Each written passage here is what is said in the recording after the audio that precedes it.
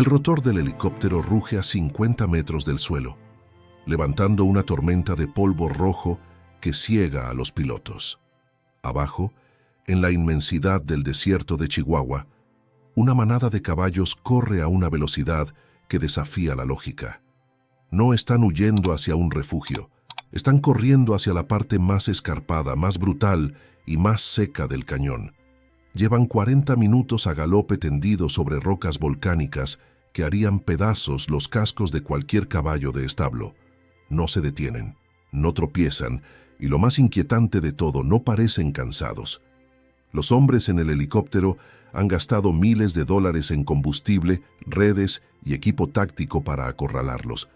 Tienen la ventaja del aire, la tecnología y la comunicación, y aún así van a perder. Otra vez. Nadie los vigila, nadie los alimenta, nadie los cura cuando se enferman, y sin embargo, cada año son más. Existe la creencia generalizada de que un caballo sin el cuidado humano es un animal frágil, destinado a desaparecer en la naturaleza. Es una idea tan obvia que nadie la cuestiona. Está completamente equivocada. Lo que estás a punto de escuchar no es un cuento sobre la belleza de la libertad. Es la autopsia de un proceso biológico implacable. Es la historia de cómo un animal doméstico fue arrojado a uno de los entornos más hostiles del continente y en lugar de extinguirse, se convirtió en una máquina de supervivencia casi perfecta. El desierto que no pudo matarlos, terminó perfeccionándolos. Y mira qué curioso, la mayoría de la gente ni siquiera sabe que están ahí. Para entender lo que realmente está pasando en las llanuras y sierras del norte de México, tenemos que olvidar todo lo que creemos saber sobre las razas equinas. Si le preguntas a un aficionado a los caballos qué razas son estas manadas salvajes, probablemente te dirá que son mustangs puros, o quizá descendientes directos e intocados de los corceles andaluces de los conquistadores. Bueno, no exactamente. La cosa es más complicada que eso. La realidad es que no pertenecen a ninguna raza. Son un accidente genético, una sopa de ADN forjada a base de pura y absoluta tragedia. Cuando los conquistadores españoles desembarcaron en Veracruz en 1519 con sus caballos, no sabían que estaban soltando la primera chispa de un incendio biológico. Durante las guerras, las exploraciones fallidas y las batallas nocturnas, muchos de esos caballos coloniales escaparon hacia la oscuridad. Nadie fue a buscarlos, se les dio por muertos. Pero no murieron, se reprodujeron.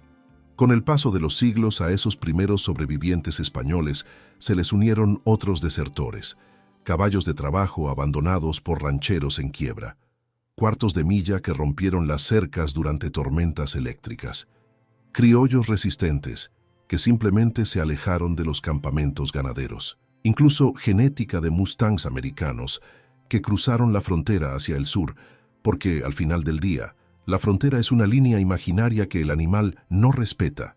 O sea, no estamos hablando de un linaje real cuidado en establos de lujo. Estamos hablando de los marginados, de los fugitivos. Y aquí es donde la historia se complica, porque mezclar todas estas sangres no crea automáticamente a un supercaballo, crea caos. Lo que realmente transformó a estos animales no fue quiénes eran sus padres, fue lo que les pasó después de nacer. La vida salvaje no es un prado verde donde los animales corren al atardecer, es un tribunal de ejecución.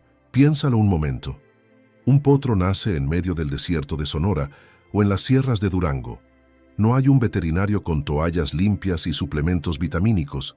Si ese potro no se pone de pie y corre a la misma velocidad que su madre en las primeras horas de vida, un puma lo va a encontrar. Si no tiene la capacidad genética para soportar temperaturas que matan a un humano en una tarde, su cerebro simplemente va a colapsar por el calor. Si no puede caminar 30 kilómetros diarios buscando un charco de agua estancada, se va a secar en la arena. Simplemente mueren. Durante cientos de años, la naturaleza ha estado aplicando una guillotina silenciosa sobre estas poblaciones. Los débiles, los lentos, los que necesitaban demasiada agua, los que tenían cascos frágiles, todos fueron borrados del mapa genético. No dejaron descendencia. Los que sobrevivieron, los que hoy vemos esquivando helicópteros, y rompiendo cercas, son los herederos de la genética más dura, terca y resistente que existe en el mundo equino. Eso es selección natural extrema. No es opinión, es biología pura. Y los resultados de esa selección son, francamente, aterradores para cualquiera que críe caballos de forma tradicional. Hablemos de los cascos, por ejemplo. Un caballo doméstico promedio necesita un herrero cada 6 u 8 semanas. Si lo haces caminar por terrenos pedregosos sin herraduras, en pocos días estará cojo, adolorido y probablemente infectado. Los caballos ferales de México caminan sobre cuchillos de piedra volcánica. Literalmente. Sus cascos se han adaptado de una manera que parece desafiar la anatomía normal. La pared del casco es infinitamente más densa, el ángulo es distinto y el desgaste natural de caminar hasta 50 kilómetros diarios crea un equilibrio perfecto que nunca necesita ser recortado. No hay abscesos, no hay cojeras por debilidad estructural. El caballo que cojea es el caballo que se queda atrás, y el que se queda atrás muere, así de categórico. Y hay algo más, algo que los libros de texto no explican bien. La memoria del agua. Un ganadero de Coahuila me contó una vez que estuvo rastreando a una manada durante una de las peores sequías de la década. Los arroyos llevaban meses secos. La tierra estaba agrietada como un rompecabezas roto. Él pensó que encontraría a los caballos muertos en algún cañón, pero los encontró vivos, fuertes, y bebiendo de un pequeño afloramiento de agua subterránea, escondido en una cueva que ni siquiera aparecía en los mapas topográficos del gobierno. ¿Cómo lo sabían? Las manadas tienen una estructura social que no está basada en el afecto, sino en la supervivencia militar. Y la pieza central de esa estructura no es el macho gigante que todos miran, es la yegua líder. La yegua alfa es el disco duro de la manada. Ella almacena mapas mentales de miles de kilómetros cuadrados. Sabe dónde hay pasto seco que todavía tiene nutrientes. Sabe en qué cañón la nieve se derrite más lento. Y sabe exactamente dónde están las fuentes de agua ocultas, incluso aquellas que solo se llenan una vez cada 5 años. Cuando la sequía aprieta, el macho dominante no toma las decisiones. La yegua camina, y todos, absolutamente todos, la siguen. Y hablando del metabolismo, esto rompe cualquier esquema de nutrición veterinaria. Pon a un pura sangre inglés a comer los matorrales secos y espinosos del desierto mexicano y morirá de cólicos en una semana. Su sistema digestivo es un motor de Fórmula 1. Requiere combustible de alto octanaje, limpio y procesado. El caballo feral, en cambio, tiene un motor diésel de tractor viejo. Se ha adaptado para extraer hasta la última caloría de pastos duros, ramas secas y vegetación que cualquier otro herbívoro rechazaría. Su intestino grueso funciona como una cámara de fermentación ultra eficiente. Sobreviven con lo mínimo. Y no solo sobreviven, prosperan. Mantienen masa muscular en condiciones donde las vacas caen muertas de inanición. Ese es el nivel de adaptación del que estamos hablando. Hay una historia que circula entre los rancheros del norte. Nadie sabe si es real al 100%, pero todos la repiten como si hubieran estado ahí. Dicen que una vez lograron acorralar a un grupo de estos caballos en un cañón ciego. Construyeron una cerca de madera gruesa y alambre de púas para contenerlos durante la noche. Al amanecer, la cerca no estaba rota, estaba saltada. Los caballos habían escalado una pendiente de rocas sueltas que parecía vertical, prefiriendo arriesgarse a romperse el cuello antes que quedarse encerrados. La libertad, para ellos, no es un concepto romántico, es una fobia biológica al cautiverio. Pero claro, esta historia tiene un lado oscuro, una parte que casi nadie menciona porque arruina la imagen perfecta del caballo salvaje corriendo hacia el horizonte. Y eso nos lleva directo a la pregunta que importa. ¿Por qué hay tanto conflicto con ellos hoy en día? Ojo con esto, porque aquí es donde la narrativa choca contra la pared de la realidad. En muchas regiones de México y América Latina, estas manadas no son vistas como majestuosos símbolos de la naturaleza. Son vistas como una plaga devastadora. Y la verdad, desde el punto de vista de un agricultor o un ganadero, es fácil entender por qué. Estos animales son grandes, son pesados y son increíblemente inteligentes. Cuando el alimento escasea en las zonas altas, bajan a los valles y no respetan la propiedad privada. Una manada de 50 caballos ferales puede destruir una cerca de alambre de púas en minutos. Entran a los pastizales sembrados para el ganado, consumen en una noche el agua de los bebederos artificiales que costó miles de pesos bombear y dejan a las vacas sin recursos. Compiten directamente con la fauna nativa y con la industria ganadera, y cuando los rancheros intentan sacarlos, se topan con el fantasma del desierto. Capturarlos es una pesadilla logística. Ya lo mencioné al principio, usan helicópteros, usan trampas gigantes con embudos de kilómetros de largo. Pasan semanas planeando operaciones que parecen tácticas militares. Pero los caballos ferales han desarrollado estrategias de evasión que rozan lo inexplicable. Primero, la distancia. Su sentido del oído y del olfato está tan afinado que pueden detectar la presencia humana o el olor a diésel a kilómetros de distancia. Cuando tú los ves en el horizonte, ellos llevan media hora observándote a ti. Segundo, la movilidad constante. No se quedan en un solo lugar. Una manada acosada puede moverse 60 kilómetros en un solo día, cruzando sierras enteras, cambiando de estado, moviéndose a terrenos donde los vehículos de motor simplemente no pueden entrar. Y tercero, y aquí está el dato que destruye el mito, de que son una población frágil. Su tasa de reproducción es brutal. Una yegua sana en la naturaleza puede tener un potro casi cada año.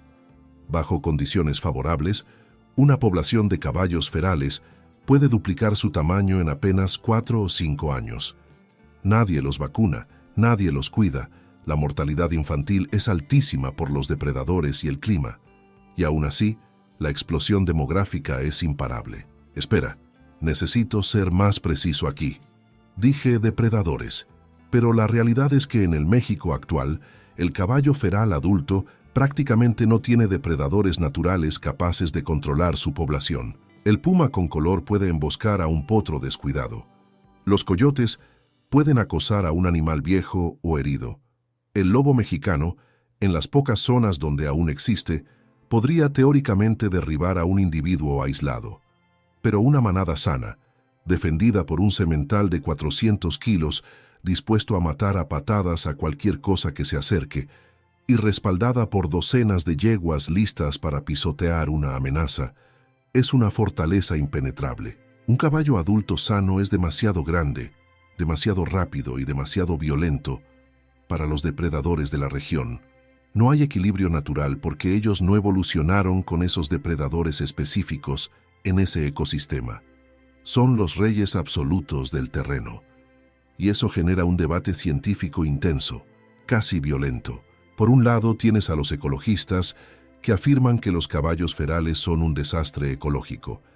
Dicen que sus cascos duros compactan el suelo, que sobrepastorean la vegetación frágil del desierto y que expulsan a especies nativas como el borrego cimarrón o el venado bura de las pocas fuentes de agua disponibles. Por otro lado, hay biólogos que defienden exactamente lo contrario. Argumentan que los caballos, al ser herbívoros nómadas, son dispersores de semillas extraordinarios, que al romper el hielo de los estanques congelados en invierno con sus cascos, abren fuentes de agua para otras aves y pequeños mamíferos, que de hecho están llenando el nicho ecológico que dejaron vacío los grandes herbívoros extintos hace 10.000 años. 10.000 años, borrados. Y ahora, el caballo ha vuelto para reclamar su lugar. Pero hay algo en todo esto que no me deja tranquilo. Cuando vemos documentales de la televisión o películas de Hollywood sobre caballos salvajes, siempre nos venden la misma imagen. El semental indomable parado en la cima de una colina, con la crin al viento, mirando el atardecer. El símbolo máximo de la libertad. Esa es la mentira más grande que nos han contado. Personalmente, creo que esta es la parte más inquietante de toda la historia. La libertad salvaje no es hermosa, es una guerra constante. Lo que la cámara no te muestra son los inviernos donde el pasto queda enterrado bajo la nieve y los caballos mastican corteza de árbol para no morir de hambre, desgastando sus dientes hasta las encías. No te muestran a los potros que caen por barrancos y son abandonados porque la manada no puede detenerse. No te muestran las batallas entre sementales, porque esa es otra cosa. Hablamos del macho dominante, pero casi nadie menciona a las manadas de solteros. Cuando un potro macho cumple 2 o 3 años, el semental líder lo expulsa, lo echa a patadas y mordidas de la única familia que ha conocido. Ese joven macho tiene que unirse a otros exiliados formando grupos de solteros. Son pandillas de caballos jóvenes, llenos de testosterona, frustrados, agresivos y extremadamente peligrosos. Pasan años peleando entre ellos, haciéndose más duros, aprendiendo a sobrevivir en los márgenes de los mejores territorios, esperando el día en que sean lo suficientemente fuertes para desafiar a un semental viejo y robarle sus yeguas. Cuando esa pelea ocurre, no es un baile elegante, es una carnicería. Se arrancan pedazos de carne del cuello, se rompen las patas. El perdedor se retira a sangrar solo en el desierto, a menudo para morir de infección o hambre. El ganador se queda con la manada. Ese es el precio real de la genética invencible, la sangre. Así que cuando ves a estos animales cruzar el llano levantando polvo, pareciendo casi inmortales, no estás viendo un milagro de la naturaleza. Estás viendo a los ganadores de la lotería más cruel del mundo.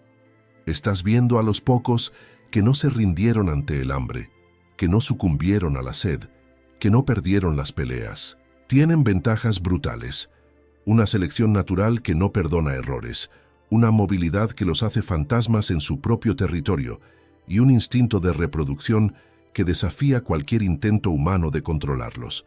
Eso crea la ilusión perfecta, la sensación de que no importa cuántos mueran en una sequía, no importa cuántos sean capturados por los rancheros, no importa cuántas cercas intenten contenerlos, siempre surgen más. El desierto que no pudo matarlos se convirtió en su escudo. Y ahora estamos atrapados en una paradoja. Tenemos a miles, tal vez decenas de miles de estos animales corriendo por el norte de México y otras partes del continente. Nadie sabe el número exacto porque nadie puede contarlos. Son demasiado rápidos y el territorio es demasiado vasto. La pregunta no es si van a sobrevivir. Ya demostraron que pueden hacerlo. Sobrevivieron al colapso de imperios, sobrevivieron a la modernización, sobrevivieron a los helicópteros y a las sequías apocalípticas. La pregunta es ¿qué vamos a hacer nosotros al respecto? ¿Vamos a seguir tratándolos como una plaga que hay que erradicar? ¿Vamos a romantizarlos hasta el punto de ignorar el daño que pueden causar a un ecosistema frágil? ¿O vamos a aceptar de una vez por todas que ya no somos los únicos dueños de ese territorio? El caballo feral no necesitó que nadie lo protegiera, no necesitó que nadie lo entendiera. No le importan nuestras cercas, ni nuestras leyes, ni nuestros debates ecológicos. Sobrevivió de todas formas. Y eso en sí mismo ya dice todo. Si llegaste hasta aquí, ya sabes algo que la mayoría no se molestó en descubrir. Has visto detrás del mito. Cuéntanos desde dónde estás viendo esto, y si en tu región todavía se escuchan historias de manadas cruzando la niebla en la madrugada. Porque esta historia no está en los libros, está viva, respirando y corriendo libre allá afuera, y tiene que llegar más lejos.